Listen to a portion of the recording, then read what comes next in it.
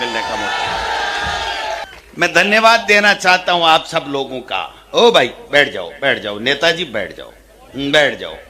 ज्ञान देने वाले इस देश में बहुत हैं, हर तीसरा व्यक्ति ज्ञान देता रहता है। आपने एक शानदार नेता को पहले एमएलए बनाया, लगातार 3-4 बार एमएलए बनाया और उसके बाद में आपने देश की लोकसभा में सांसद बना करके मुरारी जी मीणा को भेजा। इसके लिए मैं आपका बहुत बहुत धन्यवाद करना चाहता हूं। और मुरारी जी, मैं आपका और आपके कार्यकर्ताओं का इस बात के लिए भी अभिनंदन करना चाहता हूं कि एक 36 कौम को साथ लेकर के पीढ़ियों से कांग्रेस की सींच रहा है, कांग्रेस की सेवा कर रहा है।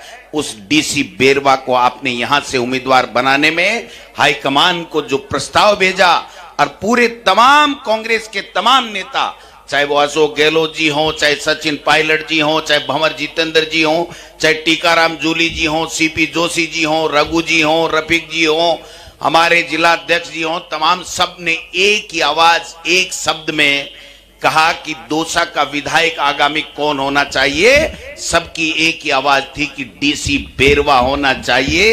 इसलिए मैं अग्रिम शुभकामनाएं और बधाई भी डीसी बेरवा जी को आपने देना चाहता हूं। आपके सामने उम्मीदवार कौन है भाई? कौन है? वो जो भवानी को उठा करके बैठे थे, भवानी को उठा करके इसी जगमोहन जी के लिए बैठे थे क्या किरोड़ी जी? कहां गई वो बातें? एसआई का भर्ती निरस्त कर दो, बेरोजगारों को ये कर दो, भ्रष्टाचार को मिटा दो। अरे बाबा, 3 महीने इस प्रदेश का क्यों बर्बाद किया? कृषि के क्षेत्र में काम करते आपको कृषि मंत्री बनाया था। ये टिकट तो यूं ही पड़ी थी, हारने के लिए कभी ले लेते, कौन मना कर रहा था आपको?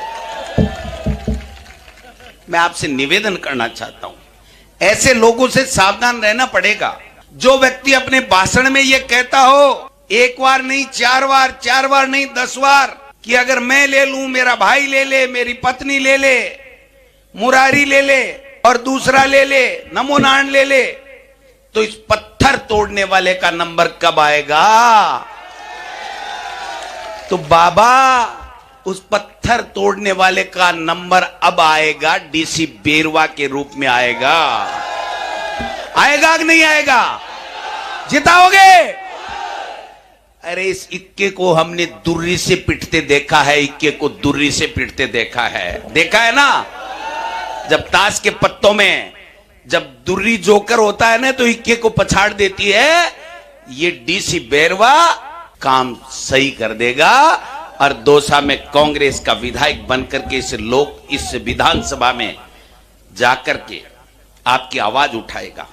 आप बताइए, जब सबने मेहनत करके ईमानदारी से 2.5 लाख वोटों से इस हवा में जब मोदी जी कह रहे थे और हमारे मुख्यमंत्री जी कह रहे थे 25-0 आ रहे हैं, 2.5 लाख से आपने मुरारी मीणा जी को सांसद बनाया, तो क्या हम सब ये चाहेंगे कि हमारा सांसद कमजोर हो जाए?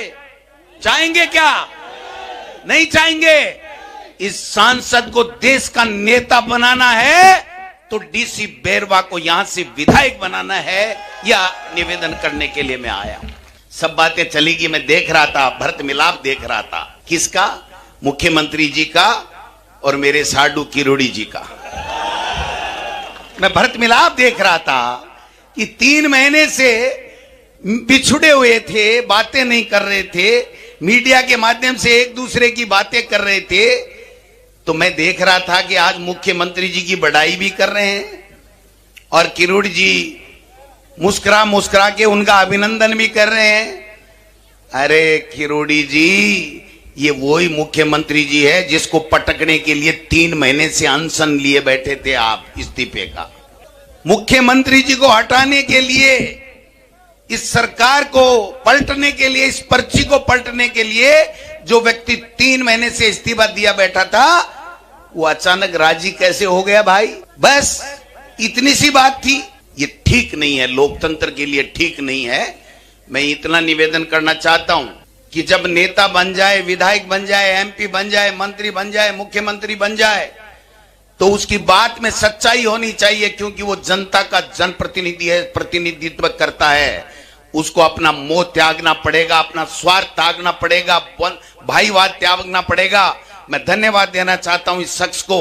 मैंने पहले कहा, मैंने तो ऐसे ही समझा था कि मैं क्यों नेताओं में जो होती है ना कलाबाजी, वो मुरारी जी खेल रहे हैं। आखिरी में ये धीरे सी मेरे कान में और गहलोत जी के और पायलट साहब के कान में कहेंगे कि साहब वो क्या है देख लीजिए। अब तो हम उस देख लीजिए का इंतजार करते ही रह गए। मैं धन्यवाद देना चाहता हूं, आप बात के खरे उतरे, आप बात के धनी व्यक्ति हैं। ऐसे व्यक्ति को और मजबूत करने की आवश्यकता है।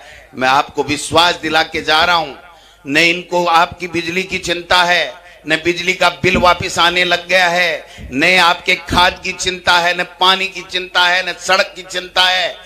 इनको किसी की चिंता नहीं है। इनको चिंता है अपनी और अपने स्वार्थ की पूर्ति के लिए। मुख्यमंत्री जी, मैं एक सवाल यहां से पूछना चाहता हूं आपसे।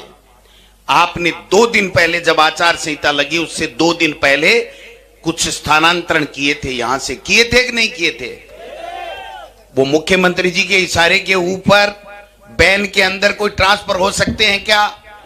जब बैन था तो मुख्यमंत्री जी प्रशासनिक सुधार विभाग के मुखिया हैं, वो मंत्री हैं, उनके पास से फाइल यस होकर के गई और वो ट्रांसफर हुआ। इसका मतलब ये था कि उस दिन तक जगनमोहन मीणा उनके दिमाग में कोई उम्मीदवार यहां से नहीं था।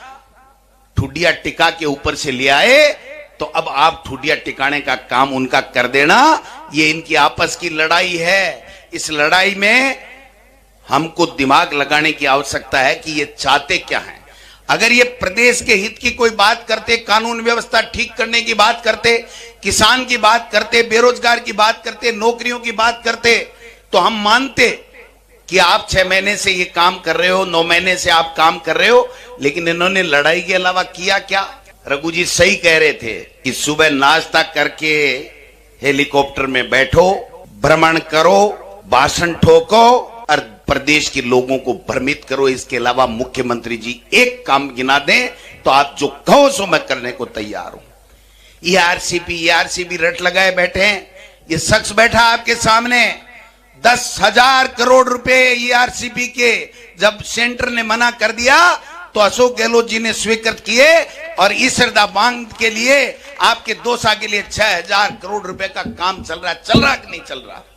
ये किरोड़ी जी कृषि मंत्री हैं, एक ढीले का काम कराया तो बता दीजिए।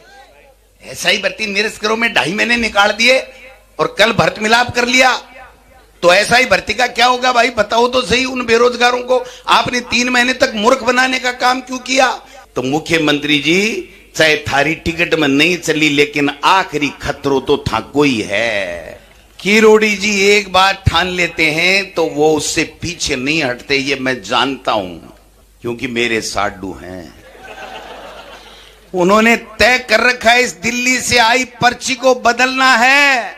अभी सही कह रहे थे रघु जी की 13 हैं, ये 14 हो जाएंगे तो मुख्यमंत्री जी आपका पता ही नहीं चलेगा। रातों मैसेज आएगा, पर्ची बदल जाएगी। खाम का अपनी रिस्क, अपनी मौत खुद ही क्यों बुला रहे हो? राजनीति में अपना घर तो सुरक्षित रखता आदमी। दोनों डीसी बैठेंगे, एक तरफ डिस्ट्रिक्ट कलेक्टर और एक हमारा विधायक डीसी, दोनों बैठ करके आपके हकों का फैसला करेंगे, आपकी आवाज उठाएंगे। मैं मानता हूं कि सरकार इस वोट से नहीं बदलेगी। कांग्रेस का कैंडिडेट साथ के साथ जीतने से भी सरकार नहीं बदलेगी, लेकिन मैं दावे के साथ कह सकता हूं कि अगर यहां से गलती से एक सीट पे बीजेपी जीत गई तो मुख्यमंत्री जी आपकी पर्ची जरूर बदलेगी, जरूर बदलेगी, जरूर बदलेगी। ये देखने की बात है। इसलिए इशारों में सब समझ जाओ, लंबे चौड़े भाषण की जरूरत नहीं है। मैं तो एक बात कह सकता हूं कि आप हमको